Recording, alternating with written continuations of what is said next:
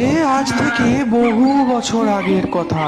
সময়টা তখন সেন যুগ। মুর্শিদাবাদ জেলার অদূরে কান্দি শহর তখন ছিল ঘন জঙ্গলময় এক এলাকা।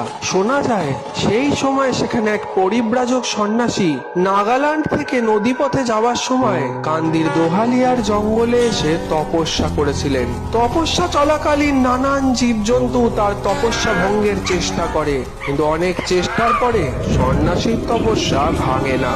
তাকে বাধ্য হয়ে দর্শন দেন স্বয়ং মা কালী, এবং তিনি যখন চোখ খোলেন তিনি দেখেন তার সামনে ব্যাঘ্র আকৃতির দক্ষিণা কালী, এবং তাকে আশীর্বাদ দিয়ে সিদ্ধি লাভ করান। তারপরে মা আশীর্বাদ দিয়ে বলে ওই ব্যাঘ্র আকৃতির শিলামূর্তিকে মা কালী রূপে পুজো করতে, এবং তারপরে প্রতিষ্ঠা হয় কান্দির দোহালিয়ায় মা দক্ষিণা কালী, যিনি ব্যাঘ্র রূপে পূজিত হন।